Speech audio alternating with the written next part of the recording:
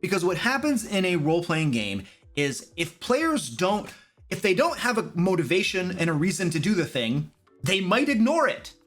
And then your plot hook failed. If players don't know what the objective is, what they're supposed to accomplish, they don't know what they're supposed to do, right? And then your plot hook failed.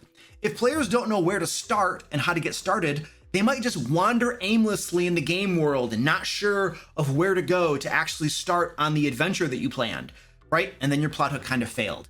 And so you need those three things in your plot hook to make sure you have a good plot hook that will motivate your characters, tell them what they got to do and where to go to get started. Now, if you're a new or veteran game master looking for easy to use D&D 5e or Pathfinder 2 resources you can use in your games, consider becoming a DM Lair patron and getting a new issue of Lair magazine every month. Each issue contains 2 to 3 full-length adventures and a plethora of other resources such as traps, puzzles, encounters, magic items, and more. DM Lair patrons also get digital map packs and they get to play in games with me, Luke. The $15 tier is where you get most of the goodies, and right now we even have 7-day free trials available.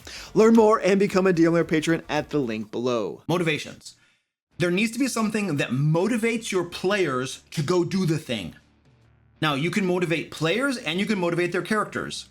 Both things are appropriate targets for plot hooks. So if you're targeting the players, you can ask yourself, well, what do my players like doing, right? What do my players want? Like, I have players who just love magic items. If there's a plot hook that features a quest to do something, and as a reward, they're going to get a magic item, they're down. That's great. I have other players who are motivated by in-character reasons. So for instance, I have a player that is playing a paladin, and he's role-playing his paladin. And so his paladin wants to help people. And so I know that if I make a plot hook that's like, oh, these people are in trouble, they're gonna get attacked, you know, the paladin's gonna be like, we shall venture forth to help them. There you go. So you can target, for your plot hook, motivations, you can target players and you can target their characters. Both are fair game. You can target and there are different things you can use. You can use, as a motivating factor, the desire to do good things to help people. That will get a lot of players. If people, like, they're playing heroes, they're playing fantasy heroes. And so if people are in trouble and there's bad stuff going on, many people are going to bite on that and they're going to want to do the thing. Not everybody, though. I once had a group that was, it was my Hand of Light group, and at one point in the campaign, they all TPK'd, right? Well, before the TPK, I could motivate them very reliably, with just, there's a bad thing happening in the world, and they would be like, let's go fight the bad thing and stop them. Woo! And they would go do the thing. Well, then they TPK'd, okay? And then they came back from the TPK, and Game Master Luke was like, here's a bad thing in the world. And my players are like, okay, what's in it for us? And I'm just like, what? Well, they had rolled up new characters that were very much more a mercenary type. Like, and I'm just like, this isn't working anymore. Now my players are role-playing mercenaries, and so I can't motivate them the same way. So then I'd have to be like, okay, there's a bad thing in the world that we want you to help with, and we're gonna give you gold, or magic items, or we're gonna give you some property, or there is a title of a baron that's empty. We could make you the baron and lord of this land, and there are lots of other things you can do to motivate your players as far as rewards go. It doesn't have to just be magic items and gold. There are lots of other things you can do. And I have an entire video that talks about that. And we actually have an issue of Lair magazine, a back issue, that gives an entire system for rewarding players as well. I'm not going to find the links for you right now. That'd be crazy to hunt that, but we do have that out there. And if you go to my YouTube channel, you can look up I think it's called our rewards system, rewards and recognitions system. If you look up our rewards and recognition system, you can probably find it on our channel. If you want to learn more about different ways to motivate your players through rewards, right? But anyway, oops, sorry, I'm just smoking my desk. That's the first thing, motivate your players. The very first thing, motivate them. And then you want to have a very clear objective and goal. It needs to be clear what they need to do. Very, very clear. Okay, so near this bank, we have seen dark, shadowy figures at night. We think that people are plotting to do a heist on the bank. We need you to find out who they are, track them down, and stop them. Make sure that they're not going to steal from the bank. That's your objective. You need to be very, very clear about what the objective is, right? So they have to have a motivation, They have to know exactly what it is they're expected to do.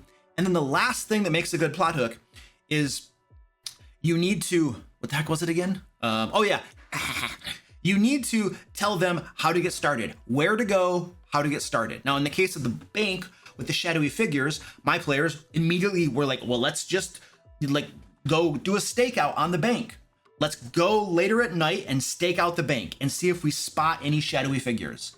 There you go. That's their first step right there. And that didn't work. And so then they went and started asking around. But you need to give them some clear places to start, where to go, how to get started. And you don't have to be like where to go to get started doesn't have to be super specific. You don't have to tell them stake out the bank. Just they need to have a general idea, something that'll get them shoved in the right direction.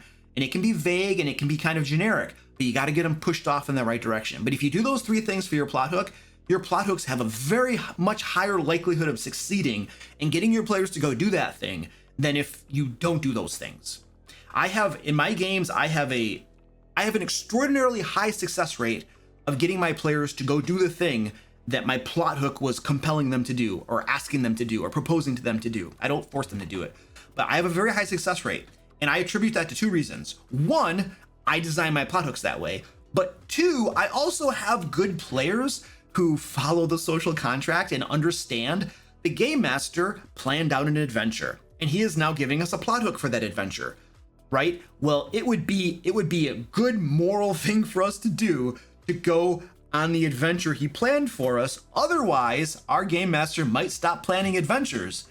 And then the quality of our game might decrease. So they understand the social contract, right? And they know that you planned a thing, it's the right thing to do to go do the thing, but just because my player, here's the thing too, I have good players, they're gonna go do the thing because they're good players.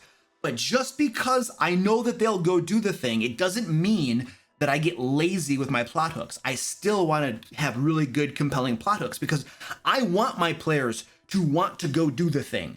I don't want my players to be like, well, this adventure sounds stupid, but we're just going to go do it because Luke made it and that's what we're supposed to do. I don't want them to have to resort to that, right?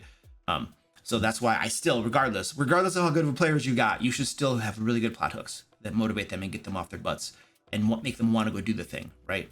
And don't forget, if you're a busy game master looking to reduce your prep time with 5th edition or Pathfinder 2 adventures, traps, puzzles, monsters, and other resources, consider becoming a DM Lair patron. Each month, you'll get a new issue of Lair magazine filled with GM resources to help you run amazing games.